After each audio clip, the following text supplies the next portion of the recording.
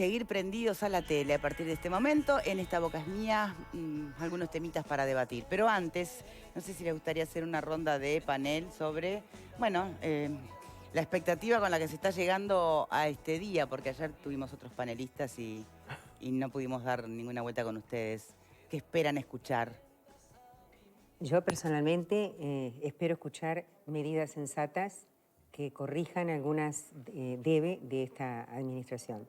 ¿Qué esperan escuchar? La mezcla sabia entre la ratificación de un rumbo acertado y una buena dosis de sensibilidad. Bien. Como ustedes saben, no solo fueron los primeros 12 meses de un nuevo gobierno en plena pandemia, también fue el cambio de legislatura y le damos la bienvenida, que se cruzó recién en la Cámara. Justo me crucé. No puede estar en todo. Lema, ¿cómo le va? Expresidente de la Cámara de Diputados. ¿Cómo andan? Como ¿Cómo siempre, está? un gusto de estar acá. No, por favor. Perdón, Quisimos disimular cruce. la llegada tarde y todo, pero no. Te matan para que esté claro. todo y uno pasa por adelante de la cámara. El hombrito apareció, ¿no? Pero, bien, pasa en todos lados. ¿Cómo le va? Todo bien. ¿Cansado? ¿Satisfecho? ¿Cuál sería el adjetivo para autoaplicarse en este momento? Sereno de que se cumplieron el 100% de los objetivos y que, bueno, hubo imprevistos, así como la pandemia atravesó diferentes imprevistos en una cantidad de áreas. En el Parlamento también atravesó.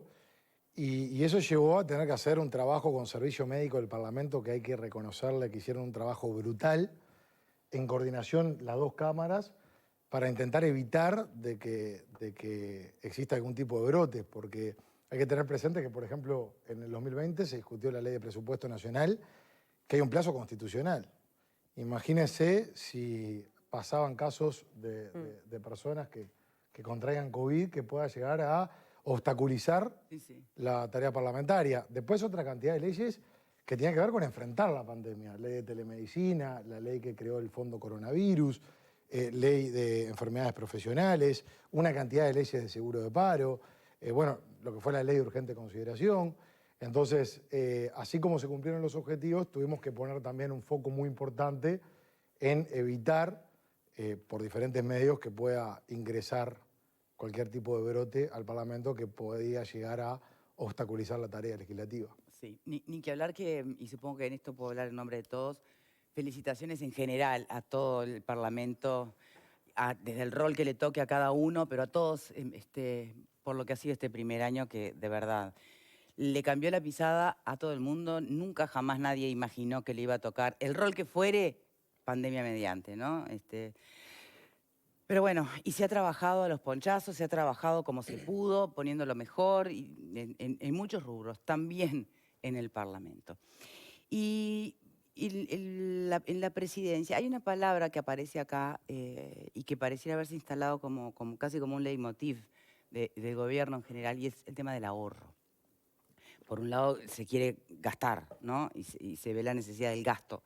Pero en lo que ha sido puntualmente el Parlamento aparece la palabra ahorro de verdad como una buena noticia, ¿no? Porque por ahí cuando la dice la ministra de Economía, ahí la palabra ahorro genera la polémica de, bueno, pero tendría que usarse más dinero, gastar en políticas sociales. Pero acá, cuando un presidente de la Cámara dice, logramos ahorrar tanto en el Parlamento, y se ven los rubros además, creo que no hay dos opiniones encontradas. Me parece que es una buena noticia. No sé qué piensan ustedes, Pepe. Sí, por supuesto que es una buena noticia el ahorro, porque además estuvo bien direccionado para dos temas sumamente relevantes. Algunos de ellos todavía está en veremos, el relacionado justamente con las fiscalías del interior del país de género, pero creo que fue un ahorro que sirvió primero, para demostrar que se puede ahorrar sin afectar el funcionamiento del Parlamento.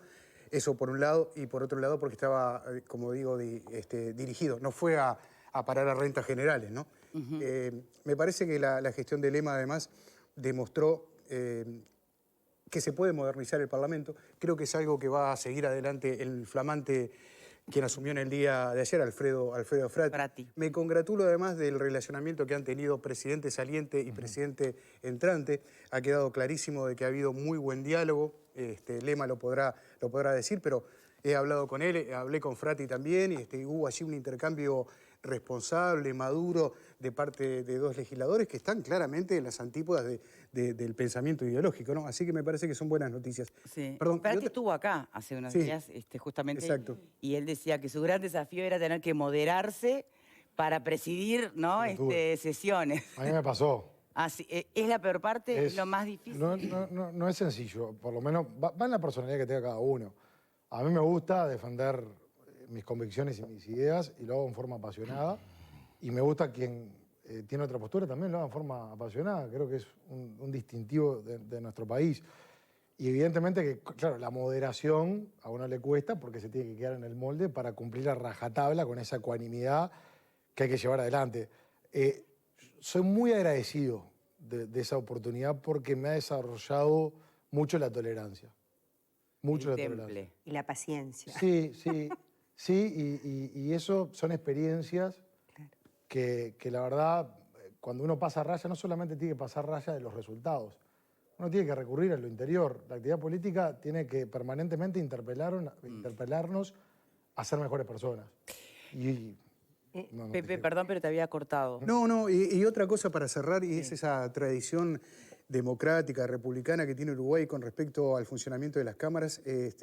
La coalición multicolor tiene la mayoría en ambas cámaras. Podría quedarse con la presidencia de la Cámara de Diputados si así lo quisiese. Sin embargo, se hace rotativo y esto no viene de ahora, viene de hace muchísimos años.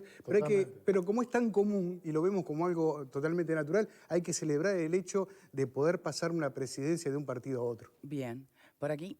Un parlamento que se ha destacado no solo por la modernización en el funcionamiento del mismo, bien lo que decía Pepe, sino que fundamentalmente en un año de pandemia donde existieron gastos de todo tipo y color que no estaban, por supuesto, previstos, se verificó un ahorro muy importante. Un ahorro que estamos hablando de aproximadamente 1.700.000 pesos fue el gasto que tuvo este año, comparado con los anteriores en el cual teníamos 3 o 4 veces más de gasto.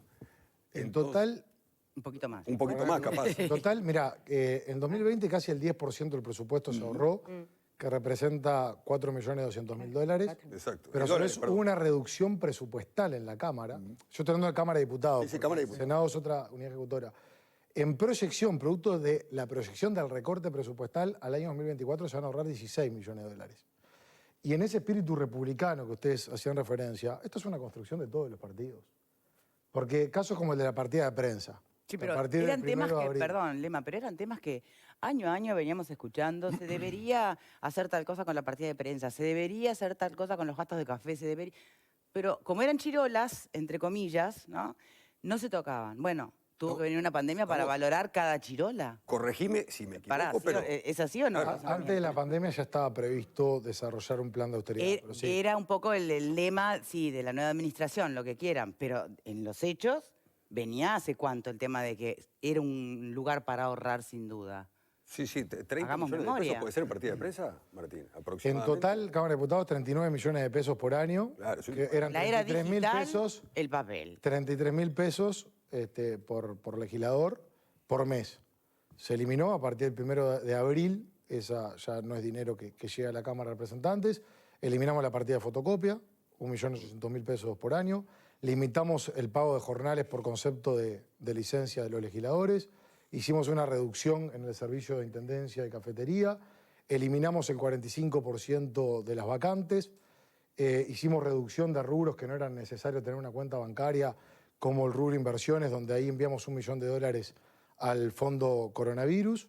Y bueno, y otras disposiciones que enviamos en su momento porque eran partidas que decidimos no utilizar a nivel de contratos y demás, que entendíamos que con una gestión austera se podía tener mayor eficiencia, porque la austeridad, para que se complete una buena gestión, a mi modo de ver, tiene que estar complementada con una eficiencia. Si no es recorte, punto. Y no Claro, necesariamente la el diferencia, pero acá recorte se dejamos traduce en eficiencia. un programa de modernización legislativa en donde la academia participó por más de 200 especialistas de toda la Facultad de Derecho de todas las universidades, en donde desembocó en 28 proyectos de ley de la academia. Yo lo firmé para dar trámite parlamentario como venían, para respetar el trabajo profesional, para que el Parlamento interactúe con los que profundizan en diferentes áreas del derecho. Después estará en la valoración de cada diputado dar el voto a favor o en contra del proyecto, pero ponerlo sobre la mesa desde el punto de vista técnico yo creo que enriquece nuestra función. Dejamos un programa de participación ciudadana a través de una plataforma digital. Bueno, ¿cómo empezó a funcionar? Porque usted lo planteó y era natural que tímidamente, ¿no? El arranque, es natural como todo. Hoy, cuando se va, ¿qué puede decir? Está integrado con Senado, absolutamente automatizado, y ya diferentes legisladores piden proyectos y ya están en estudio una cantidad de iniciativas que eran iniciativas ciudadanas. A mí me tocó ser interlocutor con el Poder Ejecutivo en iniciativas que no tenían carácter de proyecto de ley, pero que podían aportar, y hablé con las autoridades correspondientes. Para poner un ejemplo, una propuesta era habilitar que en comercio, farmacias, supermercados se pueda enviar el comprobante electrónico para evitar el uso de papel, baja los costos de los comercios y la persona, a los efectos de la garantía, no tiene que estar guardando el papelito en el 2021. Sí. Esto fue una propuesta ciudadana. Que además se borran. Y hablamos en ¿no? la... Bueno, pasa que fotocopiarlo, pues se borran. Y hablamos, hicimos la interlocución con la DGI, que está a estudio del proyecto, y otro tipo de iniciativas. Entonces se fortaleció la representación. Después hay otras áreas que para mí eran muy importantes. Yo como diputado de la oposición puse mucho hincapié en el control. Entonces para mí era una incoherencia haber hablado 5 años de mayor control y cuando soy presidente de la Cámara de Diputados no ir en esa misma línea. Entonces establecimos un mecanismo de seguimiento de los pedidos de informes. Entonces cuando se estaba por vencer el pedido de informes, ¿qué hacíamos? Llamamos al ministro correspondiente para advertir de la situación. ¿Qué terminó pasando? En el primer año de esta legislatura aumentaron 30% los pedidos de informes de diputados con respecto al primer año de la legislatura anterior. Sin embargo, a pesar de ser más cantidad de pedidos... ¿Eso quiere decir que hubo una oposición más activa? Bueno, en los pedidos de informes hubo más pedidos de informes. De casi 200, bueno, 200 pedidos de informes más. Pero se mejoró en un 25% la respuesta del Poder Ejecutivo. Solamente el 17% de los pedidos de informes están vencidos. Uno puede decir, no tendría que haber ningún pedido de informe vencido. Sí, es cierto. Pero la cuestión es que tratamos de establecer procedimientos de mejora. Después hicimos relevamiento de observaciones en el Tribunal de Cuentas y establecimos una solicitud formal para que el Tribunal de Cuentas, en las observaciones, cuando la envía a la Asamblea General, haga uso de un artículo que le permite detallarlo o rotularlo como de urgente consideración. ¿Para qué? Para que en la clasificación de los legisladores pueda llegar a apreciar aquellas observaciones que revisten mayor gravedad a los efectos del organismo de Contralor. Para nosotros era una señal muy republicana, independientemente de quién esté gobierno y cómo se conforme el Parlamento. Convengamos que por más rojo y urgente y frágil que le pongan a la observación del Tribunal de Cuentas, un poco la historia cuenta de que poca cuenta se da de esas observaciones, ¿no? Pues tratamos de ir en el sentido contrario. La última semana de la presidencia presentamos un informe formal al Tribunal de Cuentas de la República a los efectos, porque hicimos todo un relevamiento de observaciones año por año, en general. Pusimos en conocimiento, obviamente, que el Tribunal de Cuentas lo debe tener, y ahí, por la cantidad, que se da muchas veces, no por mala voluntad ni por querer vulnerar la norma, sino a veces por situaciones de urgencia, etcétera, etcétera, pero nosotros quisimos poner el tema en la mesa aún de nuestro propio gobierno. Y también en el entendido que con los más cercanos hay que ser más exigente. Si lo hacía en el periodo pasado, en este periodo, siendo presidente de la Cámara de Diputados y siendo oficialista, hay que rendir cuentas y predicar con el ejemplo, porque si no, uno termina hablando en función del rol que le toque entre oficialismo y oposición. Y uno tiene que tener la coherencia y la trazabilidad que, independientemente del lugar que esté, actúe de la misma manera. Muy bien. Por aquí, Selvita. No sé, ¿hablaron Bueno, todos? yo creo que Martín aprobó con muy buena nota este año de gestión.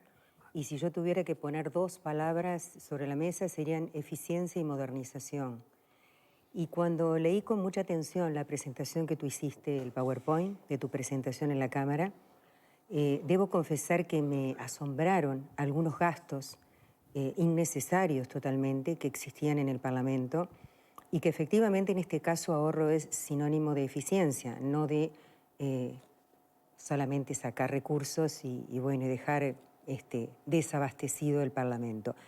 Pero entre las cosas que me sorprendieron, porque considero que son privilegios frente al ciudadano, está este hecho de las suplencias pagadas. Así entraban 5 suplentes, cada uno cobraba 9.000 y pico de pesos, 9.000, casi 10.000 pesos para redondear. y si entraban 5 suplentes, entonces cobraban 50.000 pesos, además de lo que cobraba el sueldo. Es decir, esos dineros que son públicos y ese uso y abuso de este mecanismo me parece absolutamente injustificable frente a la ciudadanía, sobre todo en un país como nosotros, que, a ver, no es un país rico, el Uruguay. Entonces, dejar al descubierto esas cosas, modificarlas, que ese es el otro gran tema, porque una cosa es denunciarlas y otra cosa es modificarlas, me parece un gran acierto de tu gestión, la verdad que te felicito, y creo que además trajiste un componente de quizá también tu propia juventud, ayudó a que involucraras a un grupo de gente de la academia, algunas de esas personas a quienes conozco y las considero muy valiosas, incluso gente joven, muy documentada, porque también ayudaron a poner prolijamente las leyes y las regulaciones que están en funcionamiento, algunas absolutamente viejas, absolutamente obsoletas, y que de verdad seguían como por tradición, se mantenían en el uso y abuso de trancas o de trabas para el funcionamiento del Parlamento. Así que, nada, yo digo, ojalá esta tendencia se mantenga en el Parlamento uruguayo y creo que efectivamente hiciste una excelente gestión. Muchas Bien. gracias, Selva. Pareciera haber quedado alta la vara para medir la gestión de aquí en más, ¿no? Lima, ¿podría quedarse unos minutitos más? Porque nos agarró la tanda en el medio. Sí, y yo quería... Por supuesto. Ya venimos entonces.